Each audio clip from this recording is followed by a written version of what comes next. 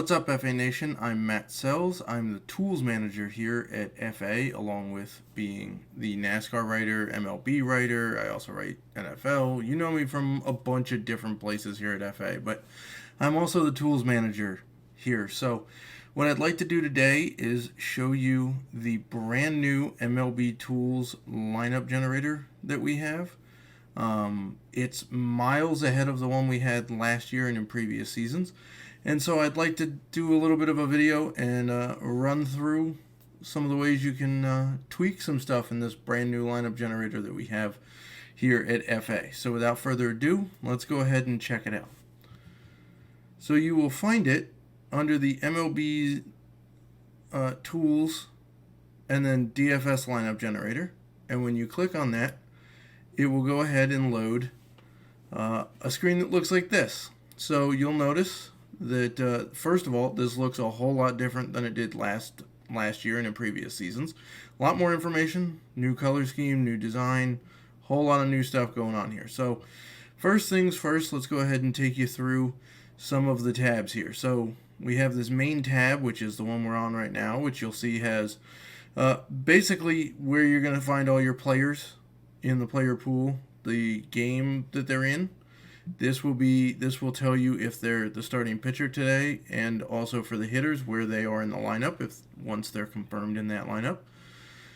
It'll tell you the game, the time for the game. It'll tell you their fantasy points per game for that particular site, and if you'll notice, it automatically loads to FanDuel, but you can change that, and we'll get to that in just a minute. It tells you the salary on that particular site. Once ownership comes in, you will find that is what this own percentage column is. It's the projected ownership for large field GPPs. These are the daily projections we have for these players, and you'll notice they're in kind of a dialog box. You can change those, and we'll go over that in just a minute. We're just doing an overview at the moment. DFS trend. This is a column that basically tells you how they fared over their last 5 games played, and it's color-coded. So if you'll notice, this one's in red, this 21.2 for Tyler Glasnow. That means his trend is below his fantasy points per game. This one, Mike Foltynewicz at 27.2, is green because it's just a tick higher than his 27.1. So it's a good quick reference guide to see who might be hot and who might be struggling a little bit compared to their seasonal average. The open line is what the money line opened at for betting purposes. We use this to get this next column. The IPT is the implied run total for that game. So this 4.7 here shows you that Tampa Bay has an implied run total of 4.7 runs today, and Atlanta has an implied run total of 3.9. So if Vegas is correct, they're predicting the Rays to win 4.7 to 3.9. Obviously, whole runs only count. But that just gives you an idea as to who they think are the highest scoring teams on that particular slate. This exposure column is what percentage of your lineups will that player show up in as a max. Okay, so it defaults to 100%. If you're generating one lineup, the exposure percentage doesn't really matter. This is more for multiple lineups. Once you get into the 5, 10, even up to 150 range, which you can do on this generator now. And then this value column is the fantasy value. The guys with the higher value means you're getting more bang for your buck, essentially. And it goes all the way down for pitchers and hitters as well, the same thing.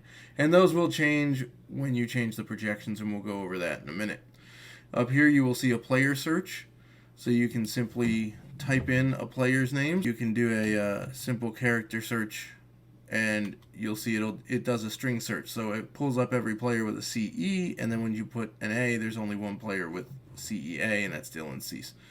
So that's pretty much how the player search works. Next to it, you can search by position. So you can just bring up all of the third basemen that qualify for FanDuel. And if you keep it at all, you will bring up all of the players once again. You can hide injured players. We recommend you keep that clicked because you will automatically not see anybody that's on the IL or questionable whatnot. It just makes roster building a lot easier if you're not putting in injured players.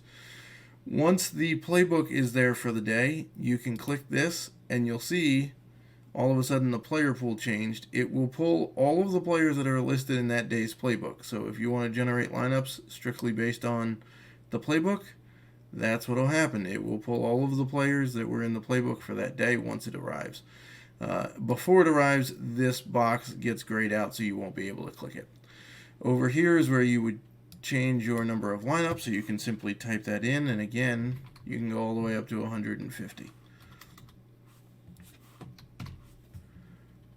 So that's the main tab. If you'll notice under the players, we also have excluded and we have locked. And you'll see nobody's in those right now. So for excluded, this column all the way to the left here, the include column is defaulted to checked. So that means that player will be, every player that's checked will be included in the ability to make lineups with them. So if you don't want, let's say, Mike Fultonavich, we will unclick Mike Fultonavich. You'll see he disappears from the player list. And if you look in excluded, he shows up right there. All you have to do to get him back into the player pool is just check the include. You'll see it says no players have been excluded yet. And when you go back to the player pool, voila, Mike Fultonavich is back. When you want to lock a guy, that's what these little icons next to the player is for. The heart is if you like them. So let's say, you're not sure you want to lock a guy into your lineup, but you are a fan of theirs today, you would click the heart. The skull and crossbones is you dislike them, so you want lower ownership of the guy that day. You don't want to completely exclude them, but you still kind of want them in your lineups. And then here's the lock button. So if you click that, they remain in your lineup or in the player pool. But if you go to locked, now you'll see Tyler Glasnow. So as soon as you start locking players, you'll see this list expand.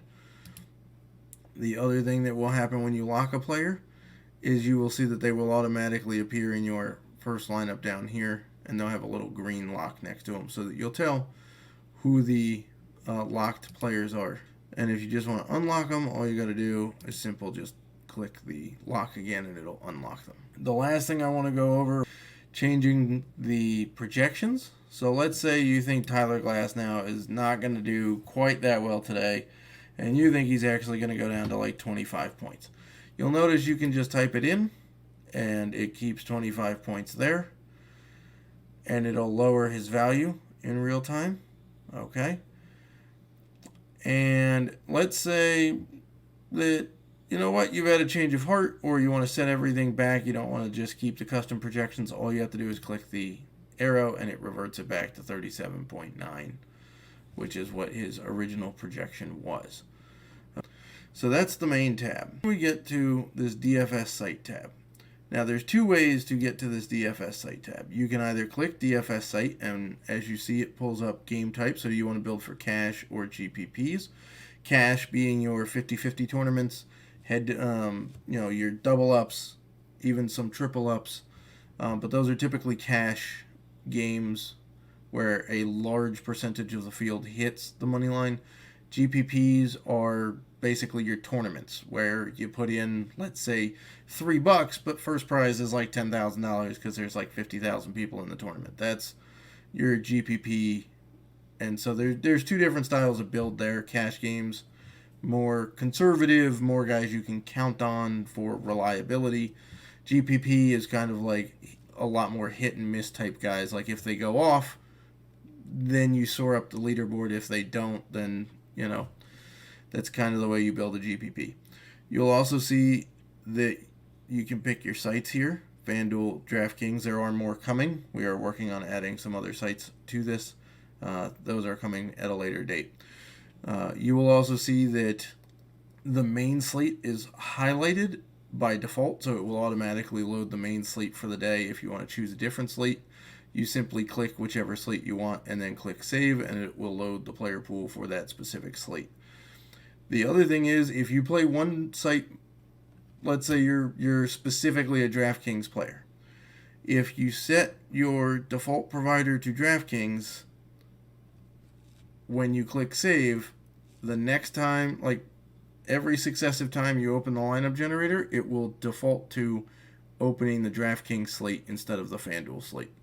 So that's a pretty nifty feature there. And you'll see as we switch, it highlights the main slates. And to get it to select it, you just simply click Save. The other way to get to this tab is if you simply click the icon here, the FanDuel icon, it'll bring you right to the same tab, same look, and whatnot. So you can remember on the DFS site, you have to click Save to get it to load the player pool for you. If you simply click the X, it won't load the different player pool. So if you're interested in the main slate and it automatically loads it, you can click the X. If you want to switch, you have to click Save. The next tab over here is the Construction tab, and you'll notice there's quite a lot going on here. This is where all of the tinkering with your lineups starts to begin. So for those of you that have already messed with the PGA and NASCAR lineup generators, these tabs basically don't exist because these are team-specific tabs, team sport-specific tabs. NASCAR and PGA, you don't really have, you don't have team preferences to deal with. There's not a whole bunch of different positions, and there's no stacks really in those sports. So it's a lot more simpler tab for NASCAR and PGA. It's simply just the player preferences, which we'll get to. So for the team and position preferences, you'll see that it defaults to the maximum number of players allowed per team based on the site you're on, and it maxes it out. So you can go through and change all of these individually. It has all of the games on that specific slate that you're looking at, and you can simply click, you can change these to, let's say you want a minimum number of Toronto Blue Jays, you simply click that up to 1, or you can simply type it in. Either way, it works. Or if there's weather concerns, you can zero out games. So the columns on this side refer to the teams on the left, and the columns on this min and max column refer to the teams on the right. So right now we have it set to 1 minimum Toronto Blue Jay, and 2 is the maximum amount of Toronto Blue Jays you want in your lineup. So if we want to, decrease the maximum of Nationals, you would decrease that max, and that would tell it the maximum number of Nationals you want is 2. Then for the salary used section up here is where you determine the max amount of total salary you want to use. So on FanDuel, you have a total salary cap of $35,000. But let's say you don't want to use all of it, and let's say you want to purposely leave $1,000 on the table. You would just put $34,000, and that would cap your lineup budget at $34,000. This budget allocation sliders basically indicate how much of your budget you want to go for each position. So let's say on this slate, you don't really want to pay up for pitching. You can reduce this down, let's say down to like 35% here, 34%. So 16% of your budget, you're going to get a $5,500 pitcher. So right now we're working in about the $8,000 to $9,000 range is the highest price we'll pay for a pitcher. And the rest of them we'll just leave alone. So if you don't like, let's say you really don't like the shortstop position and you just want to take a dive for the shortstops, you can adjust this down. Or if you know you're going to have a max value shortstop, you can move this minimum up. And so you'll see when you move it up, that means you can't spend more than a certain amount at the other positions. So everything kind of adjusts on its own there. And then when you shift it back, you'll notice everything else adjusts again based on what your parameters for the other positions are, because it's calculating the other positions as a percentage of your total budget you could spend in real time. So we can go ahead and adjust all of these back up. So that's the team and positions preferences tab. Now we get to the player preferences tab, and if you've messed with the PGA and NASCAR lineup generator, you will be familiar with this tab because this is the only one that shows up under the construction tab in those sports. So what we have here is we've got sliders where you can change the value figure that you're looking for. So you can go for a max of 5x, or you can adjust that up. Just keep in mind that the narrower you make these parameters, the fewer lineups you'll be able to make, because it's going to shrink the player pool for you. You can set this salary is by player salary. So right now the max player salary is at $9,700. Let's say you don't want to go above $9,000. You can simply type in here and change it to $9,000, and it'll cap how much salary you spend on each player. Projected points, you can change that as well. So let's say you want a min number of points to be like, 5. You can adjust that up. Again, if you tweak with these sliders too much, you will shrink the player pool, which will limit the amount of lineups you can ultimately make. So you can control anything you want to, but it will have an outcome as to how many lineups you can make. This is the exposure cap slider, so you can see it's defaulted to 100. And so let's say we put it at 70. That means when you make multiple lineups, the most amount of lineups any one player will show up in is 70%. So that means if you make 10 lineups, one player might show up in 7 lineups, but the other 3 lineups won't have that player. So it's a little bit of way where you can stretch out your ownership. Don't put all your money on one guy, so to speak. And then playbook picks. If you have the playbook, show only playbook plays button clicked, this slider will disappear. Otherwise, you can weight how much, if you want more playbook plays, you can slide it up closer to 100. If you want to weight those guys less, you can, weight it closer to 0. Weather factors, if you slide it up, the guys in better weather will be weighted heavier. If you slide it down, the guys in worse weather will be lower their chance of being in your lineup. Projections, again, you can heavily weight projections. You can lower them. Likes and dislikes, same thing. This player usage one is all about how many different players you would like to appear in the lineup. So if you slide this up or down, it will change the amount of players it uses. So you might get less randomness depending on which way you slide the slider. And in case you're wondering, this spider web over here is attached to these sliders, and you can slide either the sliders and it'll affect, and the slider will move here, or you can drag this back down and change the slider and the spider web like that. The final tab over here is the stacks. And so if you want to make a stack, all you got to do is press the plus button. It'll designate it as stack A.